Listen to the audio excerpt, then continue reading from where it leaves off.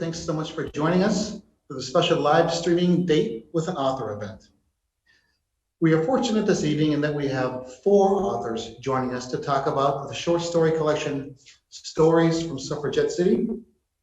It's this collection, published by Henry Holt and Company, features 12 short stories that all take place on October 23rd, 1915, the day when tens of thousands of women marched up Fifth Avenue in New York City demanding the right to vote. MJ Rose and Fiona Davis, the editors, are with us tonight, as our authors Christina Baker Kline and Megan Chance, both of whom contributed stories to the book. Thanks so much to all of you for taking the time out to talk about the book tonight. MJ Rose is a New York Times and USA Today best-selling author of more than 20 novels, including The Book of Lost Fragrances and Cartier's Home. And she will be here on audio only. She's having some storm-related video issues at home here. Fiona Davis is a national best-selling author of historical fiction set in iconic New York buildings, including the Lions of Fifth Avenue and the Chelsea Girls. Christina Baker Kline is the author of 7 novels, including The Orphan Train, which spent more than 2 years on the New York Times bestseller list. Her most recent book is A Piece of the World. And Megan Chance is a critically acclaimed author of 10 novels, including Bone River and An Inconvenient Wife. Her new book, A Splendid Ruin, comes out early next year. That's quite an impressive lineup. And we are super excited to have you all here with us tonight. Just a quick note to mention that there are a limited number of signed copies of the book available at our friends at Diane's Books in Greenwich. There is a link on the event listing on our website that you can order a copy directly, or you can call them at 203-869-1515 to order a copy as well. It's a great holiday gift idea. I also want to mention that tonight's program is co-sponsored by the League of Women's Voters of Greenwich. We thank them for their support of Authors Live and other library programs. Women voters had a huge impact in this most recent presidential election. They voted higher rates than men, and in this year, a record voter turnout. They cast more votes than ever before. This shows how much progress has been made in 100 years. The stories in the collection touch upon some of the women who were instrumental in laying the groundwork. So I'll pass things along to Fiona, who will moderate tonight's discussion, and feel free to submit a question to our panelists, and we will do our best to get them to you a bit later. Thank you, and take it away. Thank you very much, Stephen, and thank you to the library and Diane's Books for having us today. And thanks to everybody out there for supporting your local library and your local indie bookstore at this time. All of us authors truly appreciate it.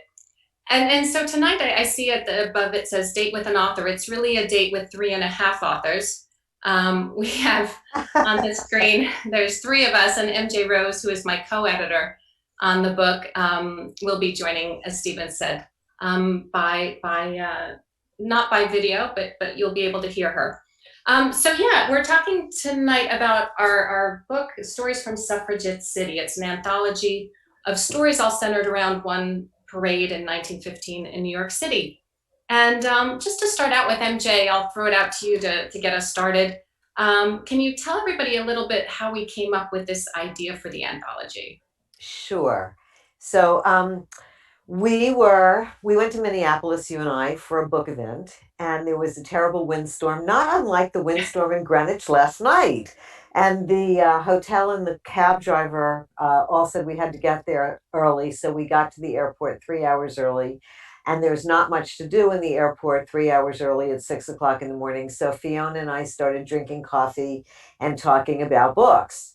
And before you know it, we started talking about the idea of doing an anthology about the suffragette movement in America, specifically in New York. We both write historical fiction, and a lot of our books have taken place in New York, and we both coincidentally were doing research about the Gilded Age and had stumbled on a lot of this information. So we were both really familiar with it.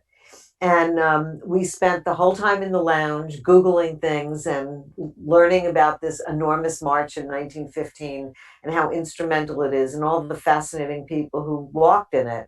And by the time the plane was called, we had a rough idea. And then we had separate seats, not near each other, but we both went online and kept Googling and texting each other ideas.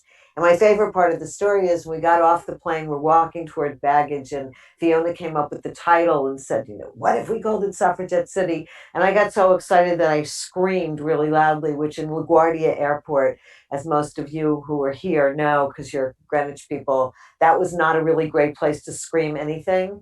But we had our title, and then everything happened really fast. While we had been in the airport, we put together a list of probably about 50 authors who we thought would be great for it. And we got back and spent the weekend putting together a proposal that we sent our agents on Monday. And then Fiona and I started calling authors, and we thought we were going to have to go through all 50 authors to get the 12 to write the short stories. But as it turned out, we got no rejections. We never got through our list. We were honored and amazed that everybody we asked said yes.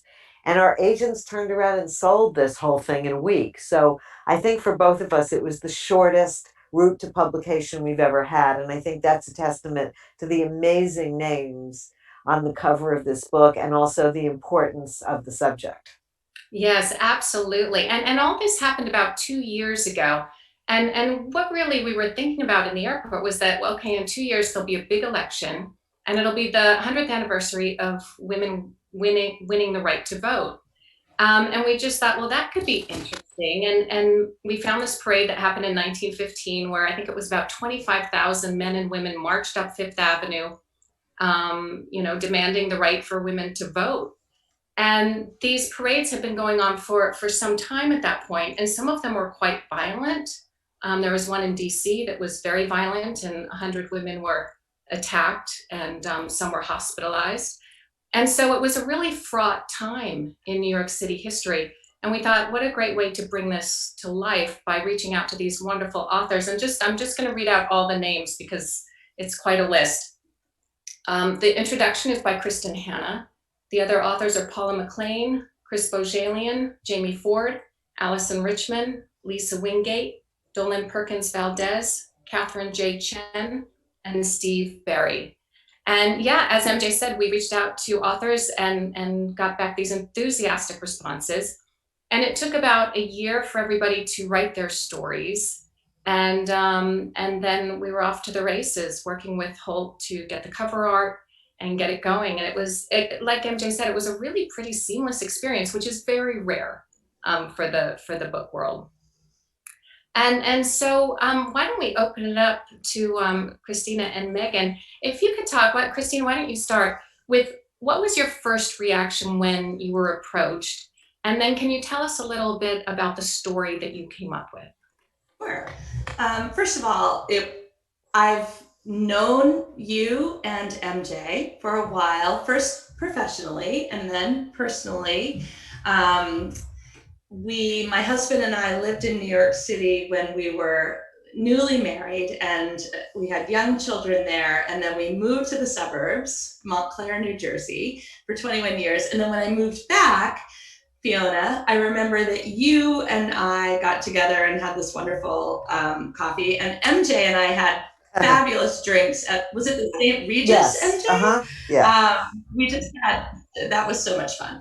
And so I felt like these authors that I had been in touch with kind of peripheral, sort of, I'd known, I'd read, and felt that I was in this community of, metaphorically, I suddenly could actually be in direct contact with you. So when you approached me about this, first of all, it seemed like a no-brainer. It was just like the perfect idea for the two of you, with your expertise and your vision for it. And second, for me, it was wonderful because I had written Orphan Train, which takes place in the early to mid 20th century, starts in, it really starts in Europe, but then New York City, where a lot of train riders were, off to the Midwest, all 250,000 children sent on trains until 1929. So I wrote this whole novel about a girl and her experience on the Lower East Side in New York and becoming a train rider. And then the novel I wrote after that, A Piece of the World, was the same exact time period. It was about rural America in the early to mid 20th century. So I had all this sort of institutional knowledge. And then, by the way, my new novel is called The Exiles, and it is it takes place in Britain and Australia. But those two books, I felt I had all this knowledge and I didn't have anything to do with it because I had moved on. And I was thrilled to be able to revisit the idea of writing about that time period, and particularly writing about a child who was destined for the orphan trains. People always ask me if I'm going to write a sequel, and I haven't been moved to do that, but I love the idea of taking that story, and there are 1,000 million stories of the orphan train riders, and so creating another child who is destined for an orphan train and her life ends up intersecting with the parade because she runs away right as she's about to be taken. And so also, I just want to say one thing, which is that you all, in your original prompt, you had a little girl named Grace, a real life person, Vanderbilt, Tiffany, and who got lost. And so you were wondering if we could incorporate her into our stories. And not everyone did, but for me, it was a perfect sort of touchstone that she would intersect with my character. And my story is called The Runaway. That really was the perfect pairing of those two characters meeting. It's just lovely. And yeah, what we did, and I forgot to mention this earlier, is when we approached the authors, we gave them kind of a cheat sheet. And it said, all right, here's a bunch of links about the time period, about the parade. Here's the link to the front page New York Times article that came out the day after the parade. Here's what the weather was. Here's what the route was. And so that we wanted everybody to be literally on the same page, so that everyone picked a story around this one day that showed off a different facet of the parade. So we have fictional characters, non-fictional characters, rich, poor, immigrants, Native born Americans. And so and that's what really surprised us, I think, is that every story worked so beautifully with the author's voice behind it. Like each story is very much that author's story, but they all work together so well. Megan, do you want to tell us a little bit about what your reaction was when you were first asked, and then kind of what your story is about?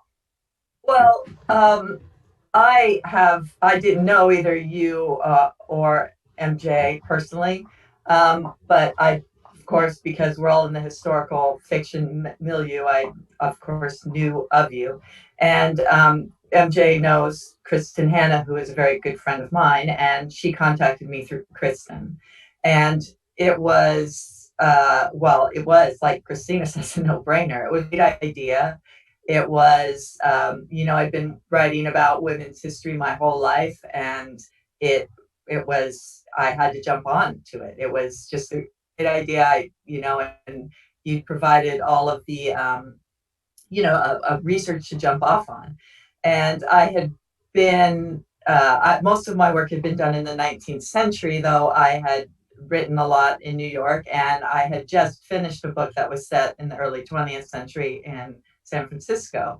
So it was a time period I was familiar with, and I love doing research. So it's like, cool, more research. I'm totally into that.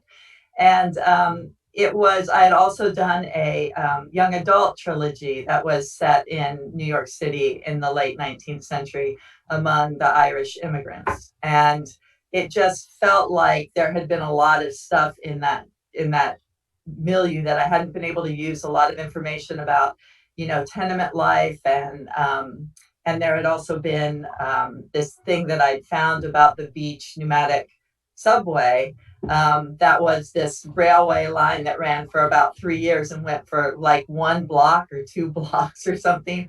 And it used vacuum tubes like they use in banks now, to run deposits back and forth between the drive-through. And they had used it, and it was like this sort of novelty thing that ran in New York, but it never went anywhere. And after about 3 years, they closed it down. So it's like this abandoned tunnel in the middle of New York City. And there was a fire in the main subway building, and it sort of collapsed on it. But I wanted to use that. That'd been sitting in my mind for a long time, and I thought, wow, what a fun place to explore if you're like a kid in New York City. And I love the whole tenement milieu as well. And I wanted to go back to that. And I love this idea of the fact that when you're living a certain life, like a tenement life, or you're poor, or wherever you are, it's hard to get out of the set that you are in. It's hard to know something beyond what you know. And I wanted to explore that a little bit. And also this idea of women's friendships and how deep they are, and how intense, and how deep and intense they were in the 18th century, and how that is still true today. I don't think we really have the words to describe women's friendships in a way that they truly exist, and the kind of love that is there, that is really in many ways can be almost romantic. And so I wanted to write about a girl who has that kind of a friendship where it's almost addictive, and she's in a tenement and she sees no way out for herself, and really has no way of knowing that there's something out there for her. And so all those things sort of blended together with the beach pneumatic subway, and it just took off in my mind. It was a lot of fun. It was a lot of fun to write. It's so original and complex. I think both stories have so many layers to them to unpick. And MJ, what about your story? You you almost kick off the stories with story number 2. Can you tell us a little about it? Yeah, so the idea was that I would write my story before everybody else's so I could introduce this little girl named Grace, and we could give my story to everybody. So if they wanted to include her as a sort of through line or leitmotif, they'd have a story. So Fiona and I both we're the only people who wrote about rich New York socialites. And I'll just talk about the one that I wrote about, Katrina Tiffany, who was married to Charles Tiffany, Louis Comfort Tiffany's son. And both of my characters are real.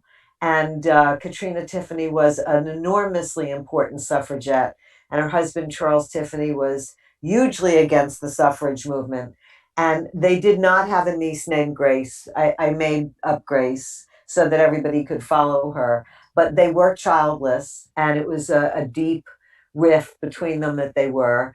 And my story takes place obviously that day about Katrina going to march in the parade and wanting to take Grace with her, and Charles Tiffany putting down his foot and saying no. And also, it includes another very fascinating to me real life person named George Coons. George Coons was one of the greatest mineralogists and gemologists of the last 3 centuries. And he was the gemologist for Louis Comfort Tiffany and then Charles Tiffany. And he created the gem collection for J.P. Morgan, which formed the Hall of Minerals in the Museum of Natural History now in New York. And George was working at Tiffany's at the time, and he created a whole lot of suffrage jewelry. So if you Google this or you go look at our Pinterest board, you'll see that the suffrage colors are purple, amethyst, green, emerald or peridot, and white, diamonds or pearls. And a lot of women wore jewelry and buttons and sashes and things in those colors to identify themselves. And George Kuntz was making jewelry for women. It was sort of like a little secret message for women to be able to identify each other without obviously wearing a big sign on their head that said, I'm a New York suffragette. But if you wore a piece of jewelry in these colors, you knew who each were. And he was making this jewelry, and Charles Tiffany found out he was making it. He was not making it with Tiffany Jewelers. It was not stamped Tiffany, but Charles Tiffany went nuts anyway because he was so against the movement. And George Kuntz rebelled, and he kept making jewelry and selling it to the women who wanted it. So he plays a role in the story too. And my story is really about that marriage, because I was so fascinated by the way the suffrage movement divided and brought people together, and how you could have a marriage where one person firmly believed in this and the other didn't. And I should say that he married her knowing what she believed in. He married her knowing she was a very strong powerful force and personality. And that's what appealed to him. And yet when it came down to the vote, he had such a hard time with it. And she wasn't gonna bend at all. So she became part of the Mink Brigade, which is what the wealthy women were called who helped fund the whole movement. And they were very important because while women of all kinds marched, it was the Mink Brigade that made the whole thing possible because they funded it.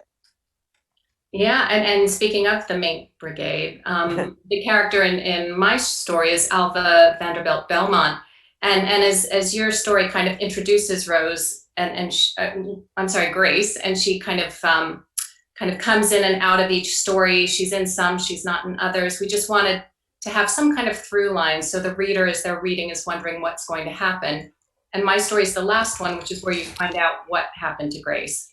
And it's from the point of view of Alva Vanderbilt Belmont. And she was a really interesting woman. She was one of the wealthiest women in America. She divorced her first husband and just, which it just wasn't done in the Gilded Age to divorce your husband. And because of that, she lost a lot of friends, but she clawed her way back and married again to a man who she absolutely loved. And after he died, she really threw herself into the suffrage movement, and that was around 1909.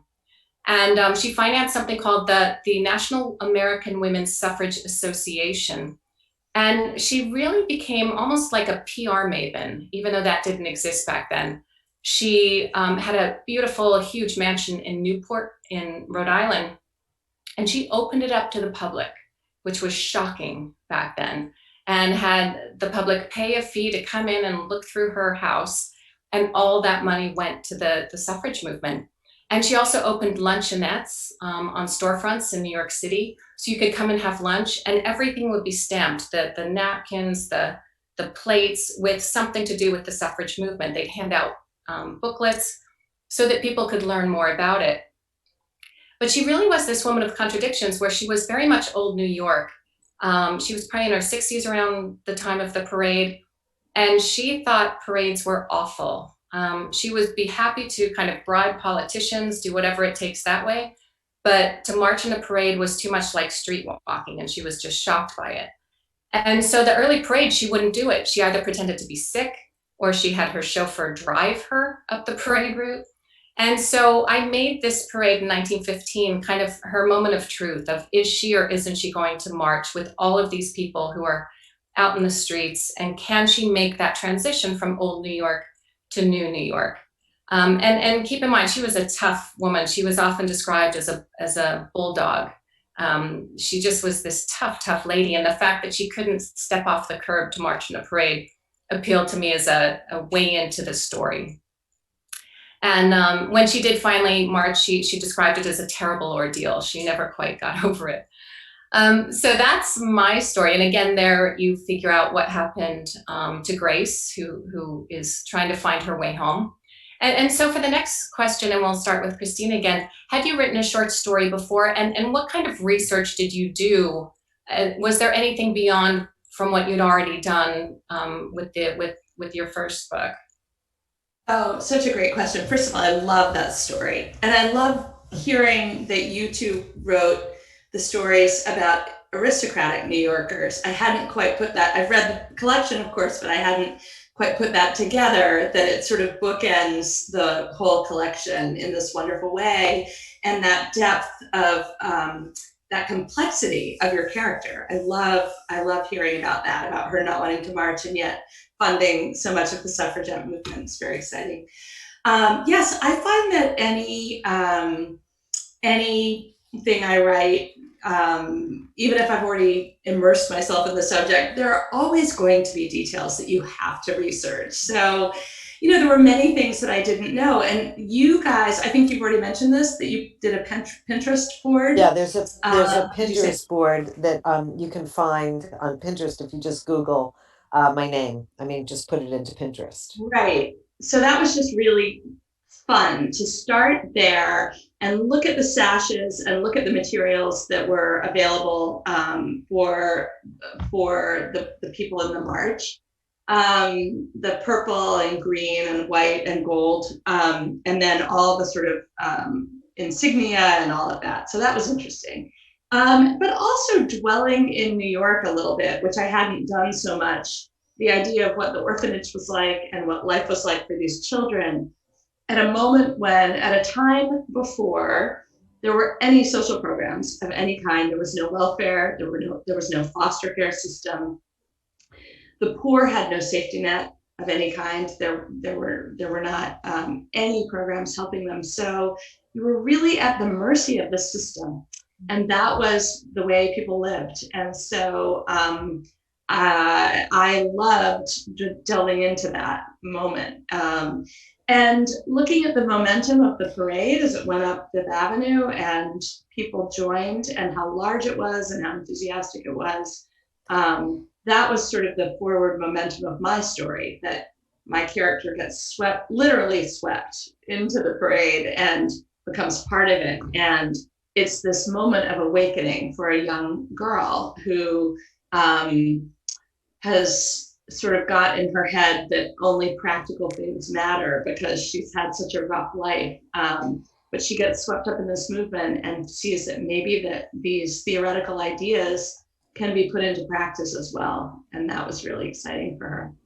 And had you done a short story before, or was this? So sorry, of course. No, I have written short stories and published a number of them, but honestly, if I have any skill at all, it probably lies in writing novels. I'm not as comfortable with the short story genre, but because, and some people are phenomenal story writers, I just sort of take a longer view, but because I had written, meaning, I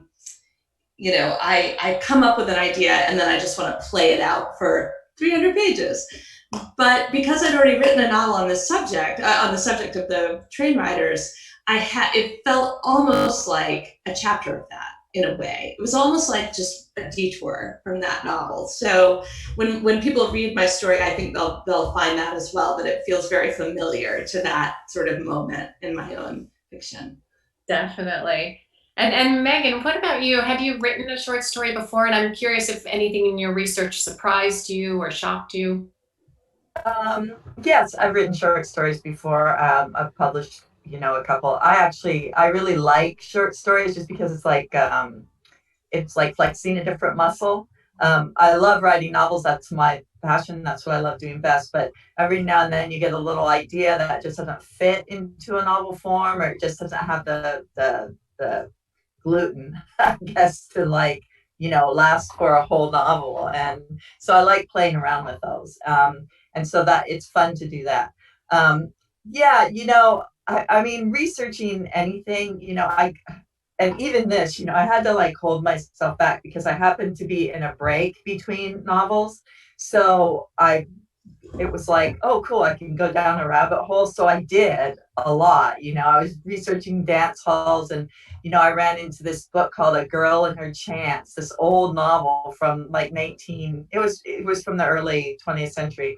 And it was about this woman who had several jobs, and she was a journalist, and she was researching all these jobs. And at one, she was a census taker, and she was going around from house to house, and she had all these different sort of impressions about the Irish are all like this, and the African Americans are all like this, and the Italians are all like this. And it was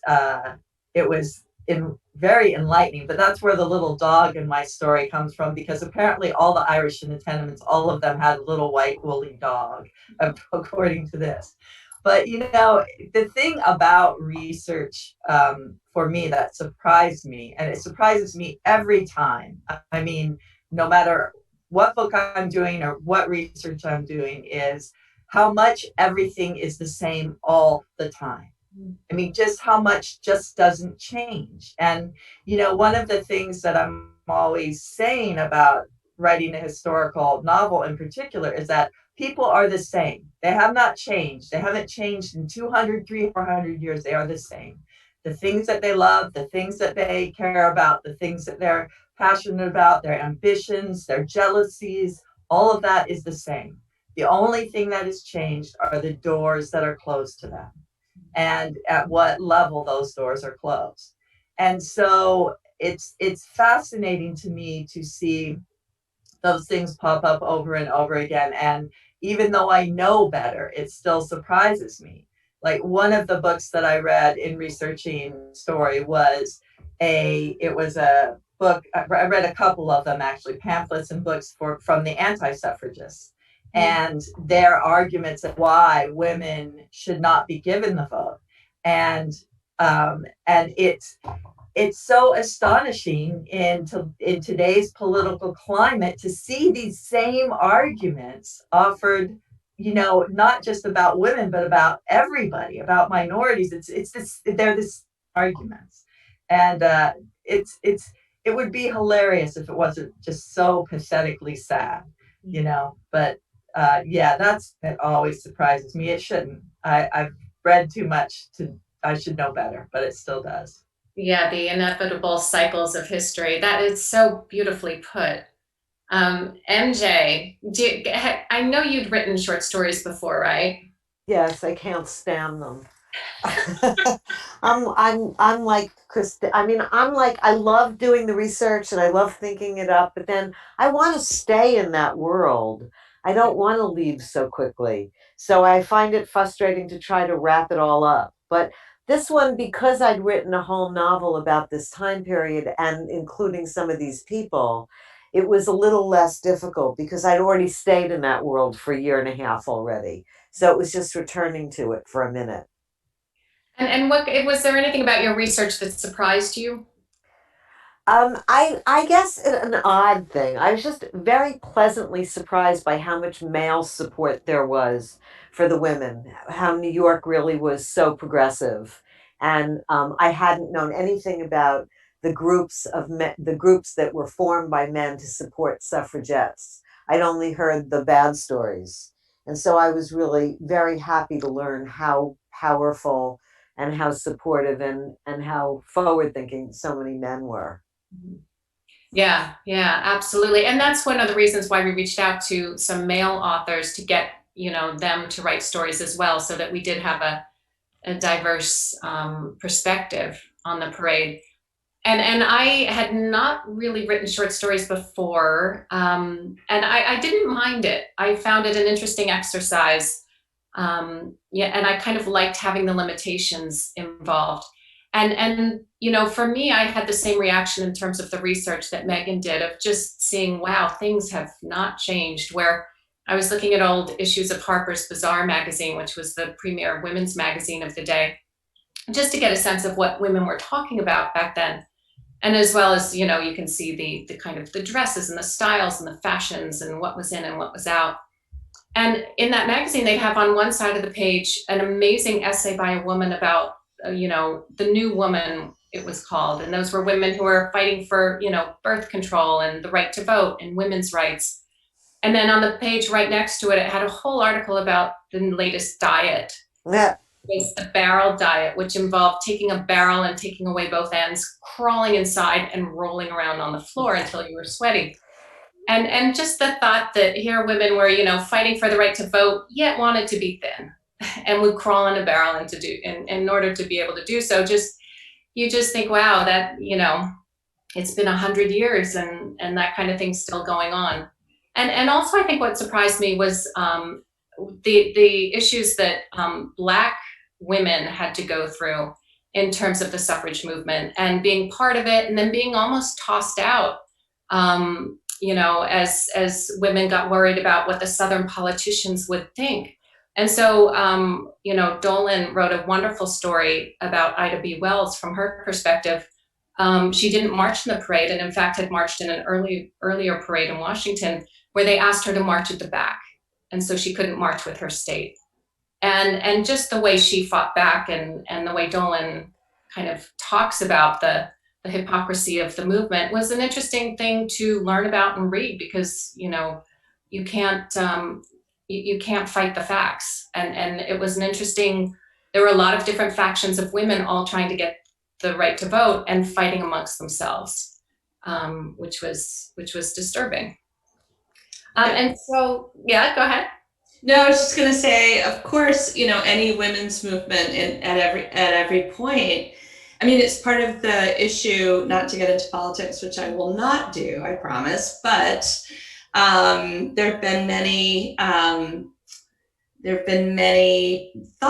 think pieces about how, the Democratic Party is trying to be this big umbrella, and it has people at one end and the other. I mean, both parties, of course, but the Democratic Party, which it feels like if Biden is actually on his way to win, that there's this coalition of support. But in fact, there are many different people under that umbrella. And the same is true of feminism. I recently saw the series about Gloria Steinem that was terrific, but it did highlight exactly this, that, there are always going to be people pushing toward the more progressive end and those sort of hanging on to the conservative end. And how do you incorporate all of that into a movement?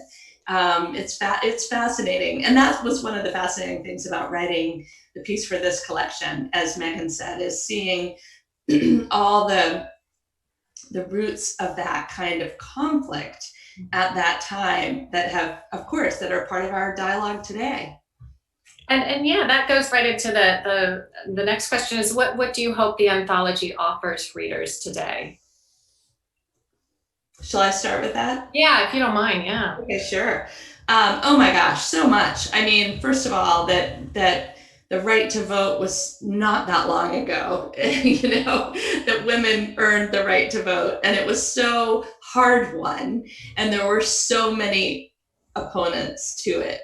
I feel that this year has been a year, it's a really interesting year for this anthology or collection to come out, because it's a year of reckoning in so many ways, from the 1619 Project and the whole, all of the issues surrounding monuments and how we honor the past and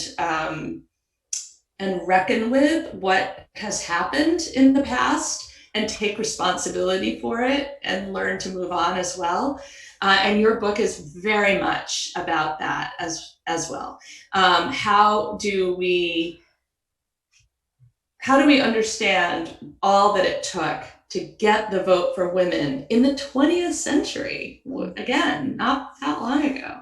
Yeah. And what great strides have we made since then? I was watching the Obama 60 Minutes interview last night, and his mantra is sort of the Martin Luther King, the path of justice moves ever upward, even though it is a circuitous path. I'm completely butchering the quote.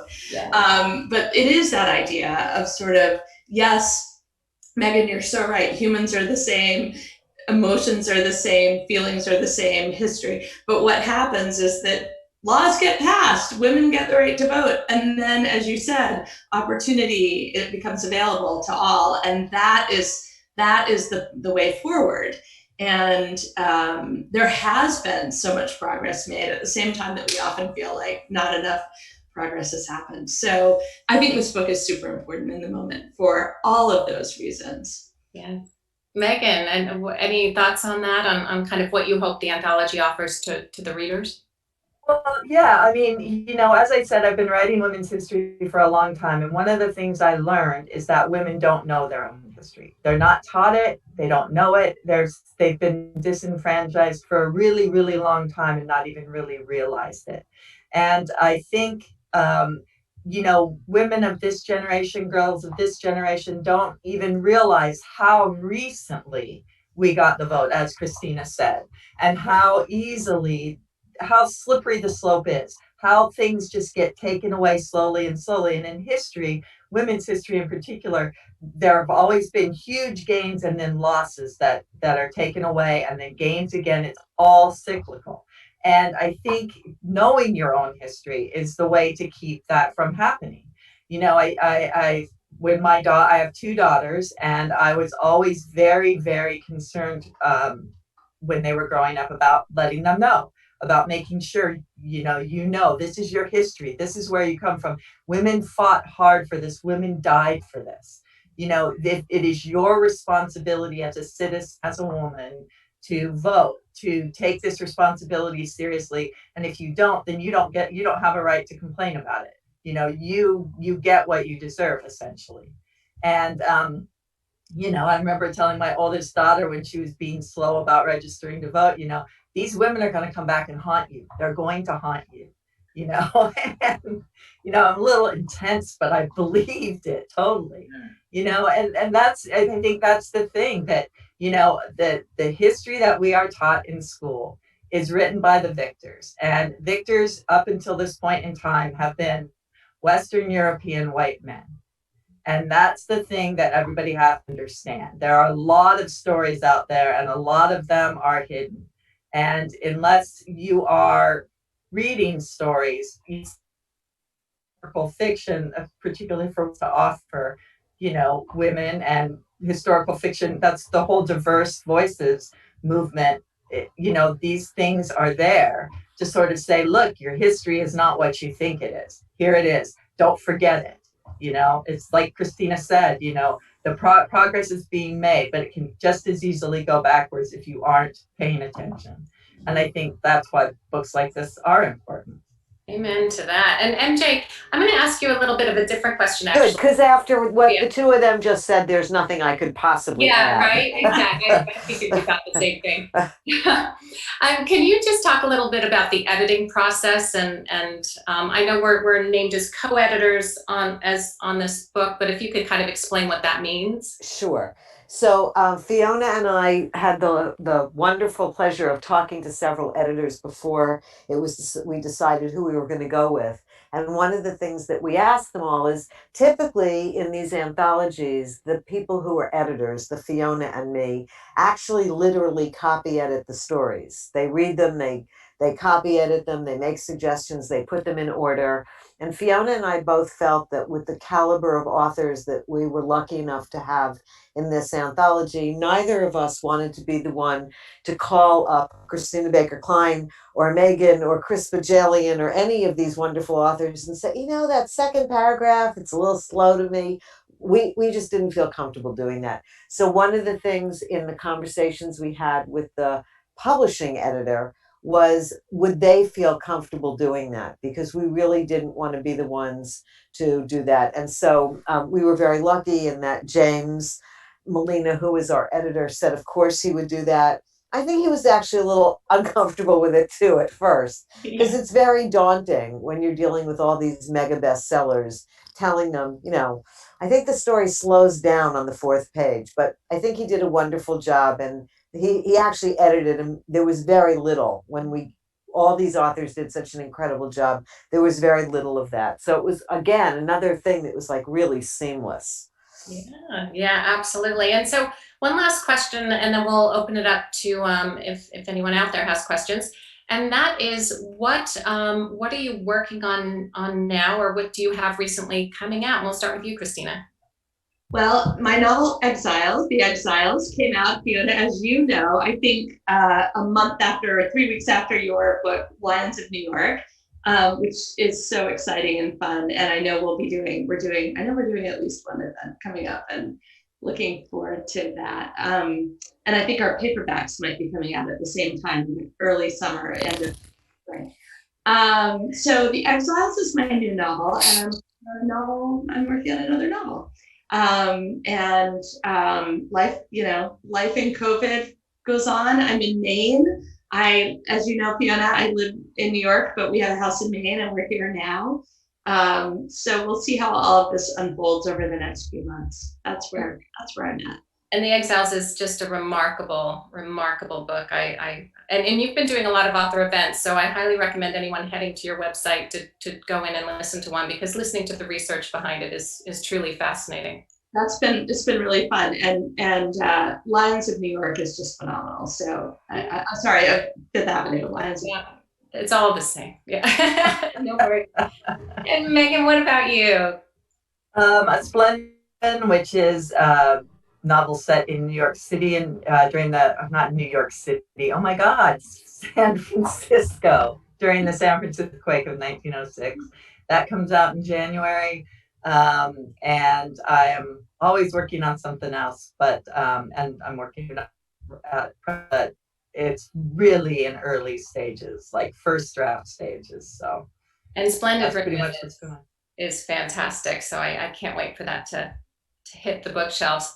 And MJ, how about you? You have something coming out? Yeah, so my next book is coming out February 2nd, and it's called The Last Tiara, and is based on a real tiara that was owned by the Romanovs that was lost in 1922 and is still lost to this day. And the book goes back and forth between 1917, when the character in Russia, this woman gets the tiara, and then cuts back and forth between 1948, when her daughter discovers the tiara in a safe in her house, and both women's stories are told going back and forth, and they discover lots of things. I didn't do a very good job. I haven't gotten used to talking about it. They discover lots of things is not very eloquent. No, if you love dual timeline novels, then you will love this book. It's lovely. And yes, my latest book is called The Lines of Fifth Avenue, and it takes place at the New York Public Library. 2 timelines, and kind of a mystery that drives the story forward. And as Christina said, that just came out in August. And so Stephen, yeah, if there are any questions, we're happy to answer them about the book or writing. Yeah, there are some questions from some viewers. So I'm going to read the first one. It is from Barbara asks, I'm considering having this book for my book club. Will you be developing discussion questions for this book? Oh, that's a good question. MJ, do you remember if they brought that up? They didn't. I don't think that they brought it up. I think that it's a pretty easy book to come up with questions for after you read it. But if you do pick it for your book club, you can always write to Fiona and I through our websites, and we'd be happy to give you a list of questions. Absolutely. Okay, we have another question from Beth.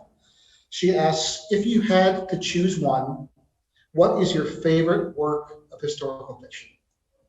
Whoa, that's a good question. All right, I'll go first. One of my favorite books is The People of the Book by Geraldine Brooks, which traces a Jewish sacred text through from the Inquisition up through modern day, and is just a wonderful way of telling a story in a way that you feel like you've gone back in time. I adored that book.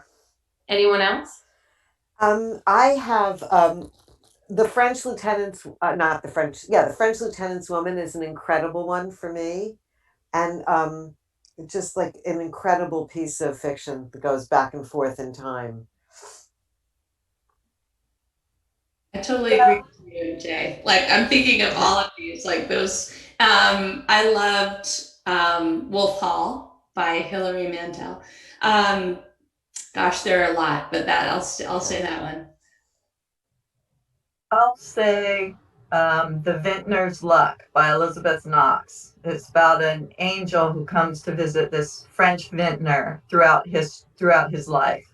And I love that book. I love that book.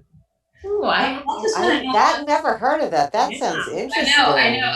That she made me think that I want to add one you might not have heard of, but it sort of was. I always wrote contemporary novels, and then when I tried my hand at novels set in the past, it was partly because I read a novel by Kathleen Kent called The Heretic's Daughter that was so beautifully written, so interesting, about Salem, right? Was it Salem, I believe? Yeah, Mhm. yeah. That was a good book. That was Yeah. good. It was Beautiful. really good. And that makes me think of one that just came out called The Invisible Life of Addie LaRue. Uh-huh. Right. I just read that. Yeah, That which was is good. Is that also And it moved time in the same kind of way. I mean, The Vintner's Luck goes through one man's lifetime, but it's, I think it's 19th century, but Addie LaRue moves in that same way through. And I also have to add The Frenchman's Creek by Daphne du Maurier, which is such a beautiful love story and has an ending that no one would dare do today. Our editors wouldn't let us. It's such a beautiful story if you haven't read it. I have to know why. This is what happens if you ask an author to name one book. We just can't do it. Keep going. We're just gonna keep going right now. Yeah. I'm getting some good ideas for myself, though. I have another question. A viewer asks, if you had the chance, what woman's cause would you fight for today? Ooh. Hmm.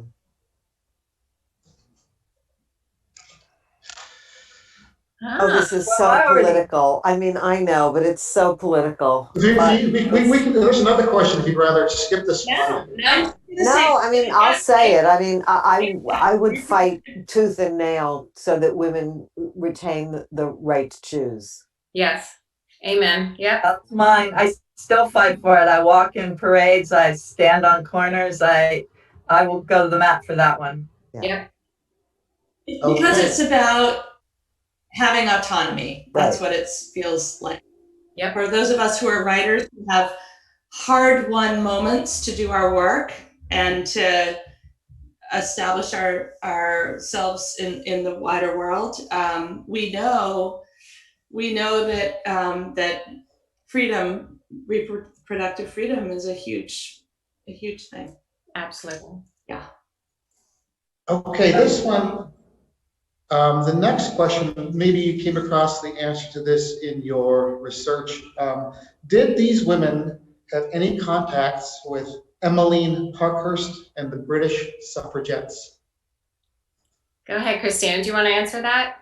Because I'm not sure I know exactly, but you and MJ, I know kind of, because I think I mentioned, I did an event with these guys a few days ago, and I was talking about how I was obsessed with Emmeline Parkhurst, and Shoulder to Shoulder was a BBC miniseries when I was a little girl that I watched and loved, and that was my original sort of, I don't know, feminist stirrings. But I'm not sure what the British movement, which was pretty severe. I mean, there were hunger strikes, there was forced feeding, there was jail. Those women went through a lot. I'm not exactly 100% sure of the connection to the American movement. I know Alva Vanderbilt was very inspired by going to England, and that's where she first caught the bug to become a suffragist, was going there and going to meetings and meeting people. So my guess is she probably did, but I don't know for sure. Yeah, I didn't run across it either. Interesting question, though. Here's a question about more about the craft of writing, and you guys alluded to this a little bit earlier, but you know, you were all mainly novelists. So when it comes to writing a short story, how do you sort of recalibrate how you write, and what goes, what stays, and how is your approach different? I think for me it was about unity. It's one day, it's one woman, it's one event.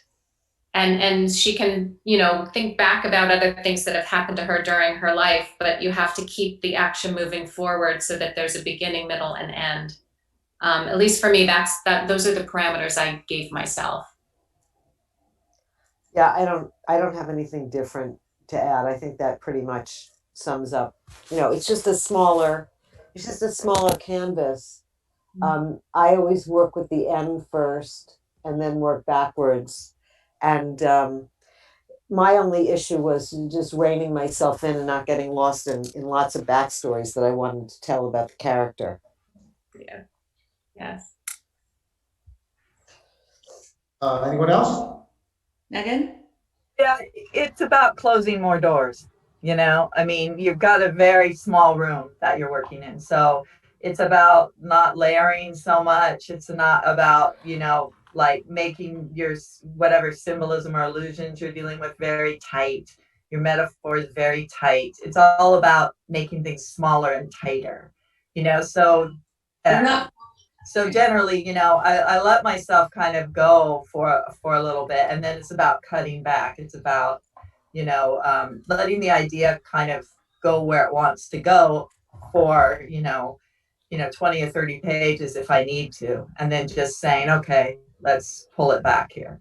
And it's about a lot of editing, or at least for me, but it's really more about, I'm just looking at a very small space. Was there a style guide saying this has to be so many words or so many pages, or did you guys pretty much have a free reign to? No, it was between 5 and 10,000 words.